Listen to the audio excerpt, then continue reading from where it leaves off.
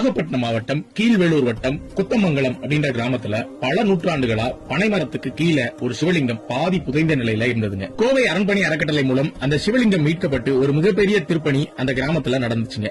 பொதுவா திருப்பணிகளின் போது சுவாமிக்கு பெயரிடுவது வழக்கம். ஏன்னா ரொம்ப நாளா வெட்டவெளியில இருந்த சுவாமிக்கு என்ன பேர் இருக்கு, கல்வெட்டுல பேர் இருந்தா நம்ம கண்டுபிடிக்கலாம், பேர் இல்லாதனால நமக்கு எதுவும் தெரியாது. அதனால திருமுறைகள்ல கயிறு சாற்றி அந்த சுவாமிக்கு வரக்கூடிய பெயரை சூட்டுவாங்க. அப்படி சுவாமிக்கு பெயர் வைக்கும் போதுதான் ஒரு மிகப்பெரிய சிறப்பம்சம் நடந்திருக்கு.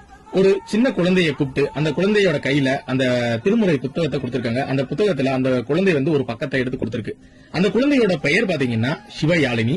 அதே வேளையில அந்த குழந்தை எடுத்த அந்த பக்கத்துல வந்த பெயர் பாத்தீங்கன்னா திருப்புகலூர்ல இருக்கக்கூடிய கருங்கார் குழலி அக்னிபுரீஸ்வரர். இதுல என்ன சிறப்பு அப்படின்னு நீங்க கேட்கலாம். இந்த சிவயாழினியோட சொந்த ஊர் பாத்தீங்கன்னா திருப்புகலூர். அதாவது திருப்புகலூர்ல பிறந்த ஒரு குழந்தை நாகப்பட்டினம் மாவட்டம் கொத்தமங்கலத்துக்கு வந்து அந்த திருப்பணியில கலந்துகிட்டு அவங்களோட சொந்த ஊரான திருப்புகலூர்ல இருக்கிற அந்த சுவாமியோட பெயரையே இந்த புத்தகத்துல எடுத்ததுதான் ஒரு மிகப்பெரிய விஷயங்க.